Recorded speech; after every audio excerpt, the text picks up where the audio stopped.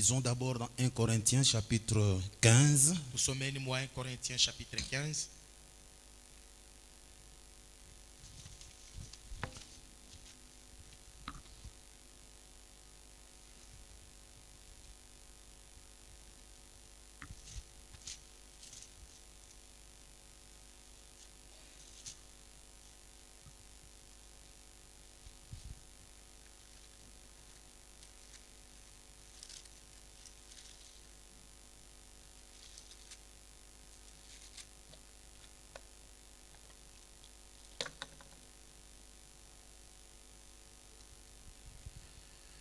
Je vous rappelle, frères, l'évangile que je vous ai annoncé, Namikumbusha banduku injili ambayo nilimitangazia, que vous avez reçu, dans lesquels vous avez persévéré ile mulipokea na ndani muridumu, et par lequel vous êtes sauvés. na kupitia ile neno mnaokolewa. Si vous le retenez dans le terme où je vous l'ai annoncé, Kama munaichunga munamuna ile mie nilimitangazia, autrement vous auriez cru en vain.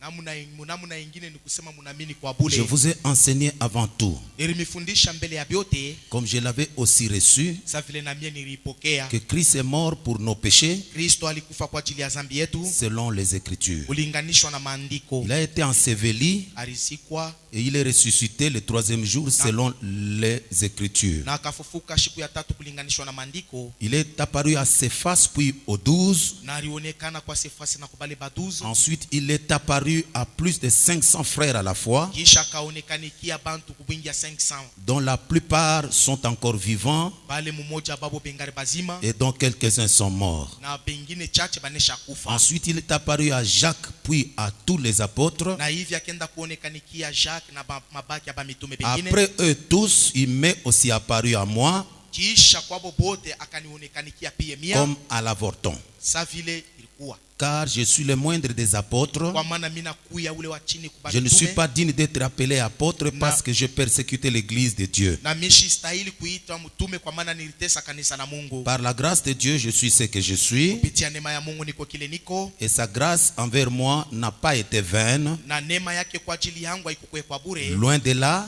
bali kwa ile j'ai travaillé plus que tous. nilitumika sawa bote. Non pas moi, toutefois, mais la grâce de Dieu qui est avec moi. Hapana mie kila mara yote, lakini neema ya Mungu kwa ajili yangu. La pensée me vient de prendre Actes des Apôtres, premier chapitre. Actes des Apôtres mstari chapitre ya Ça, je kwanza, n'avais pas envoyé ça au technicien. ile shiku itume kule. Théophile, je parlais dans mon premier livre, depuis le premier verset, Teofili nilisema mkitabu yangu ya de kwanza tout ce que Jésus a commencé à faire et à enseigner dès le commencement, tokea yote ile Yesu alianza kufanya na ile anaanza kufundisha kule kumwanzo, jusqu'au jour où il fut enlevé au ciel, kufikia na mshiko ile alinyulika kumbingu, après avoir donné ses ordres par le Saint-Esprit aux apôtres qu'il avait choisis. kisha ye kuleta maagizo kupitia Roho Mtakatifu ba mitume bala chakula, Après qu'il eut souffert, kisha ye kutesa il leur apparut vivant alibaonekanikia mzima, et leur en donna plusieurs preuves, na alibapatia vitambulisho vya mingi, se montra à eux pendant 40 jours kubaonesha kwabo kadiri ya miaka 40, et parlant des choses qui concernent le royaume de Dieu. na kusemezea bintu bilikuwa bikunangariria ile ufalme wa Mungu. Comme il se trouvait avec eux, Na sa vile alijikuta pamoja il nabo, leur recommanda de ne pas s'éloigner de Jérusalem, alibalomba kusema bashipate kwenda mbali na Yerusalema, mais d'entendre ce que le Père avait promis, ce que je voulais vous ai annoncé, leur dit-il. lakini kushikia ile babari alilaka ile nilimitangazia vile kabaonesha. Car Jean a baptisé d'eau, Kwa maana Yohana alibatizwa kwa maji, mais vous, dans peu de jours, vous serez baptisés du Saint-Esprit. mwemu masiku kiloko mutabatizwa na Roho Mtakatifu. Alors les apôtres réunis lui demandèrent, Na hivi ba mitume bakakusanika na kumuuliza, Seigneur, est-ce en ce temps que tu rétabliras le royaume d'Israël?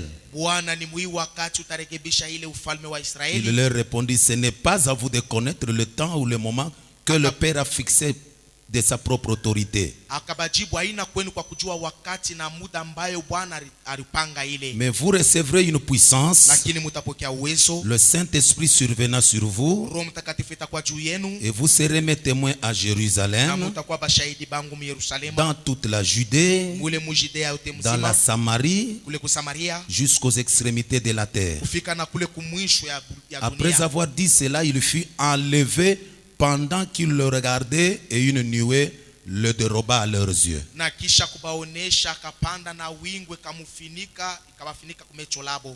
Et comme ils avaient le regard fixé vers le ciel pendant qu'il s'en allait, na sa vile mecho yabo ilikuwa kuangalia kumbingu wakati yakonenda. voici deux hommes vêtus de blanc leur apparurent Tazameni batu bawili benye kuvala byeupe bakabatokelea. et dirent, Baonesha hommes galiléens, batu ba Galilea, pourquoi vous arrêtez-vous à regarder au ciel? juu ya nini munabakiana kuangalia kumbingu? C'est Jésus qui a été enlevé au ciel du milieu de vous, Huyu Yesu anainulika kumbingu katikati yenu, reviendra de la même manière que vous l'avez vu allant au ciel. atarudia muile namna moya moya vile alienda kumbingu. Que Dieu bénisse sa parole, Mungu abariki usomi wa neno lake. qu'il vous bénisse aussi. Veuillez vous asseoir. Amibariki pia mutaweza kuikala. Pour ce soir, Juu ya hii magharibi vraiment, je vais essayer d'aborder un sujet qui demandera à ce que vous soyez vraiment attentifs. na hii magharibi nitapenda kuanza kishina ambayo mite milombo mpate kuwa na usikilivu kabisa. Donc, je voudrais, parce qu'il y a des choses que je vais déclarer, je vais dire le jour prochain, le vendredi et le dimanche. Kwa maana kuna vitu ambavyo naweza kutangaza kusema. Alors c'est mieux que vous puissiez vraiment me comprendre. Itakuwa mzuri kama na mpate Suivez-moi kunielewa vraiment attentivement ce soir. na muwe na usikilivu njema hii magharibi. Je vais parler sur des Pâques à Pentecôte. Mimi nitasemezea yulu ya tokea kupasaka na kupantekoti. Des Pâques à la Pentecôte. Tokea kupasaka kwenda kupantekoti. Comment préparer ton enlèvement? Namna kani ya kutayarisha kunyanyuliwa kwako. C'est le sujet que je vais aborder. Ndio kishina ambayo mimi nitabamba. J'irai dans l'Ancien Testament Mwagano la kale, et suivez-moi attentivement. munifuate pole pole kabisa. Vous savez, Frère Branham nous dit que nous vivons le temps de la fin. Mnajua kusema ndugu pamoja kuna tuonesha tu kunaishi mawakati ile ya mwisho.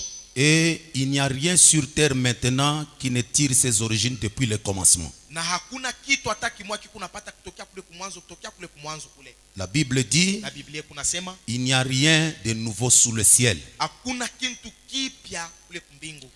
Dieu ne change pas Na Mungu ashibadirike et ses voies aussi sont aussi immuables. na manjia yake ni ashipo kushindwa. Je lis d'abord dans la citation, dans Exposé des 7 âges de l'Église. Mitasoma mwile andiko exposé à cet âge de l'église. C'est là où Frère Branham nous montre cette pensée que je viens de dire là. Na mule njo ndugu bame kuna tuonesha wazo ambayo natoka kusema. Exposé 7 âges de l'Église, la page 66, Exposé cet âge de l'église page 66, paragraphe 3, paragraphe 3, il dit quelque chose. anasema kitu moja pale. Exposé 7 âges de l'Église à la page 66, Exposé cet âge de l'église page 66, paragraphe 3. paragraphe 3. Frère Branham dit quelque chose là Na ndugu Branham anasema kitu moja pale concernant ce que je viens de dire là. kulinganishwa na ile natoka kusema pale. Là, Frère Branham, il dit que Pale ndugu Branham anasema il prend d'abord Hébreux chapitre 13. cha kwanza kuna beba wa Ibrania chapitre 13. Dans Hébreux chapitre 13, Mu Ibrania chapitre 13, la Bible dit Jésus-Christ est le même hier, aujourd'hui, éternellement. Biblia kunasema Yesu Kristo ni ule moya moja jana leo hata milele. Et il prend encore Ecclésiaste chapitre 3. Na anabeba tena Ecclésiaste chapitre 3. Dans Ecclésiaste au chapitre 3, Mu Ecclésiaste chapitre 3, la Bible nous dit, Biblia nasema, je vais lire dans la Bible, mitasoma katika Biblia, Ecclésiaste chapitre 3, Ecclésiaste chapitre 3, verset 13 à 14. verset 13 kufika na 14. Il est dit, Inasemewa mule, il n'y a rien de nouveau sous le ciel. hakuna kintu kipya mbingu. Donc, verset 14, j'ai reconnu que tout ce que Dieu fait durera toujours. Mina tambua na kuvumbula kusema biote bile Mungu yako nafanya bitaishi milele. Qu'il n'y a rien à y ajouter et rien à en retrancher. Na hakuna kitu hata kimwa kia kuweza kuongeza wala kia kutosha ako. Et que Dieu agit ainsi afin qu'on le craigne. Na Mungu yako natenda mwile namna njoo tupate kumuongopa. Ce qui a déjà été Pale banesha kuwa kama na moja. et ce qui sera a déjà été, Na kile kitakuwa kakisha kuwa. et Dieu ramène ce qui est passé. na Mungu eko narudisha ile nesha kupita. Donc la Bible dit, Frère Branham prend ces deux écritures. Ndugu mama nabeba hii maandiko mbili. La première, il dit que Jésus-Christ est le même. Ya kwanza anasema Yesu Kristo ni ule moja moja. Hier, aujourd'hui et éternellement. Jana, leo, hata milele. Autrement dit, Jésus ne change pas sa façon de travailler. Namna ingine Yesu abadilishake manamna kutumika yake. Jésus ne change pas sa politique Mungu asibadilishake manamna ou yake. sa manière de faire les choses. Wala manamna kufanya bitu kwake. Ce qu'il avait déjà fait, Bila nefanyaka cha kwanza, il le fera. atebifanya Et tena. ce qu'il fait, Na bile ko il nafanya, fera encore dans le futur. atebifanya umashiku Donc ijayo. Jésus-Christ, Yesu Kristo il reste le même dans tout ce qu'il fait. eko na bakia ule moya moya mubintu yote bile ko nafanya. Il relie ça dans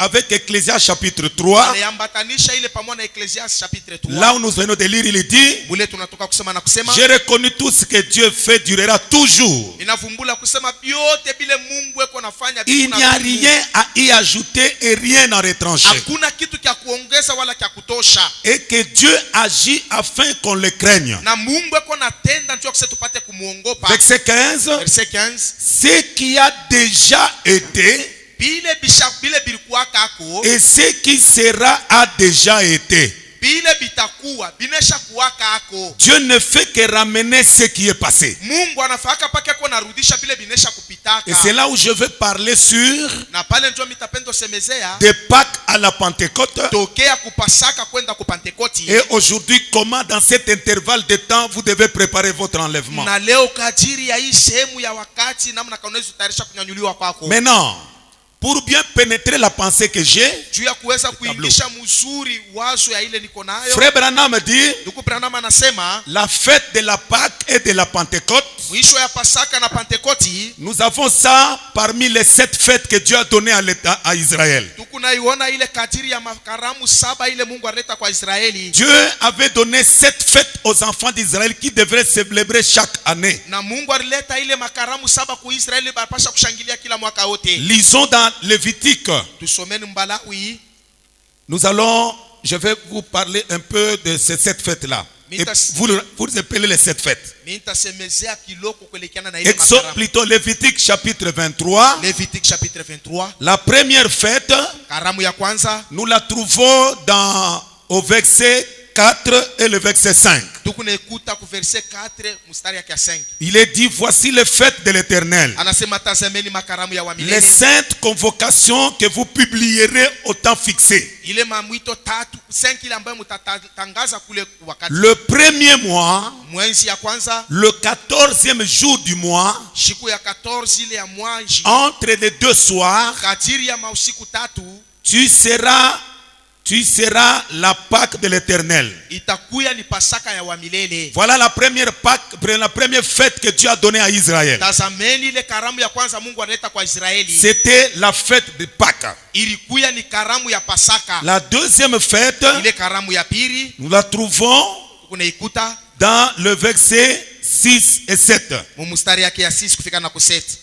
Et le 15e jour de ce mois, Siku ya 15 ya hii mwezi, ce sera la fête de pain sans levain en l'honneur de l'Éternel. itakuya ni karamu ya mukate bila chacho njuu ya heshima ya wamilele. Et la deuxième fête, c'était la fête de pain sans levain. Na karamu ya pili ilikuwa ni karamu ya mkate bila chacho. La troisième fête, Na karamu ya tatu c'est au verset 9 et 10. mstari yake ya 9 kufika ku 10. L'Éternel parla à Moïse et dit, Wamilele akasema na Musa kusema, parle aux enfants d'Israël et tu leur diras, sema na watoto wa Israeli na ubaoneshe, quand vous serez entrés dans le pays que je vous donne, wakati utaingia muhinji ile nemipatia, et que vous y ferez la moisson, na pale utafanya mavuno, vous apporterez au sacrificateur une gerbe, utaleta kwa ule mkoani ile gerbe, prémisse de votre moisson. ile malimbuko ya mavuno yenu. Nous voyons ici, Munaona hapa, c'était la troisième fête, ilikuwa ni karamu ya tatu, la fête de prémisse. ile karamu ya ile malimbuko. Maintenant, Na sasa la quatrième fête, feti ya tatu nous voyons ici, tunaona hapa, la quatrième fête, nous la voyons ile karamu ya kate tunaiona au verset 16. mstari yake ya 16.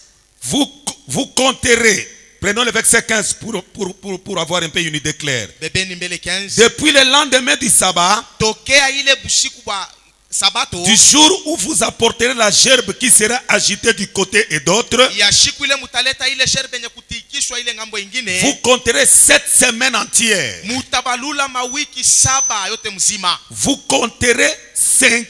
Vous compterez 50 jours Mutabalula ile mashiku 50 jusqu'au lendemain du 7e sabbat. mupaka na kesho ya ile sabato ya Et vous saba. ferez à l'Éternel une offrande nouvelle. Na mutatoa ile sadaka mupya kwa Bwana. C'est ça qu'on appelle la fête de la Pentecôte, Na njoo ile beko naita karamu ya Pentekoti. qui était la 4e fête. Ilikuwa ni karamu ya 7. Maintenant la 5e fête, Na karamu ya 5 allons au verset 24. twendeni kumstara kwa 24. Parle aux enfants d'Israël et dit, Sema na bana ba Israeli na useme hivi. le 7e mois, Mwezi ya 7, le premier jour du mois, siku ya kwanza ya mwezi, vous aurez un jour de repos mutakuwa na siku moja mapumziko, publié au son des trompettes mwenye kuitangaza kupitia matarumbeta et une sainte convocation. na ile mwito takatifu. Ça c'est la fête des trompettes, Ile ni karamu la barakumu. qui était la 5e fête. Ile ilikuwa karamu ya 5. Maintenant la 6e fête, Ya 6 c'est au verset 26 et 27. kumstara kwa 26 27. L'Éternel parla à Moïse et dit, Wambilela akasema na Musa kusema, le 10e jour de ce 7e mois, siku ya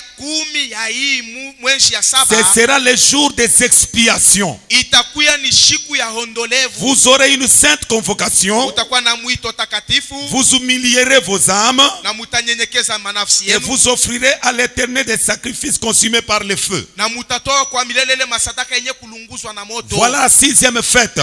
Ile karamu ya C'était 6 la fête des expiations. ilikuwa ni karamu ya hondolevu. Maintenant la 7e fête, Na karamu ya 7 nous la voyons au verset 33. tukunaiona ku verset 33. L'Éternel parla à Moïse et dit, Wamilele akasema na Musa kusema, parle aux enfants d'Israël et dit, sema na bana ba Israeli hivi, le 15e jour de ce 7e mois, siku ya 15 ya hii mwezi wa 7 ce sera la fête des tabernacles, itakuwa ni karamu ya à maskani l'honneur de l'Éternel pendant 7 jours. kwa heshima ya Wamilele kadiri ya mashiku 7. Voilà Lévitique chapitre 23 Tazameni Levitique chapitre 23 nous épelle les 7 fêtes que Dieu avait données à Israël. ikune tuonekanisha ile makaramu Mungu aliita kwa La Israeli. fête de Pâques, pain sans levain, prémices jusqu'à la fête des tabernacles. Kufikia paka na kuile karamu ya maskani. Excusez-moi, je cours un peu vite parce que je dois un peu arriver à mon sujet. Maintenant, Sasa quand il a donné ces 7 fêtes à Israël, wakati alileta ile makaramu 7 kwa Israeli, dans Deutéronome chapitre 16, Deutéronome chapitre 16, Dieu est revenu donner à Moïse une loi d'exception. na Mungu alikuwa mupatia Musa ile sheria ya Une loi d'exception parmi les fêtes. na ile sheria ya upekee kadiri ya makaramu Lisons yote. Deutéronome chapitre 16. Tusomeni Deutéronome chapitre 16. Qu'est-ce qui est dit au verset 16? Na nini nasemewa mle mstari ya 16? Deutéronome 16 verset 16. Deutéronome chapitre 16 verset 16. 3 fois par année, Mara 3 kumwaka tous les hommes d'entre vous se présenteront devant l'Éternel, wanaume bote katikati yenu batendo jitambulisha mbele ya Wamilele ton Dieu, Mungu wako dans les lieux qu'il choisira, bafwashile hata chakula à la fête de pain sans levain, kuile karamu ya mkate bila vichacho à la fête de semaine na ile karamu ya ile et à la fête des tabernacles. na ile karamu ya maskani. Et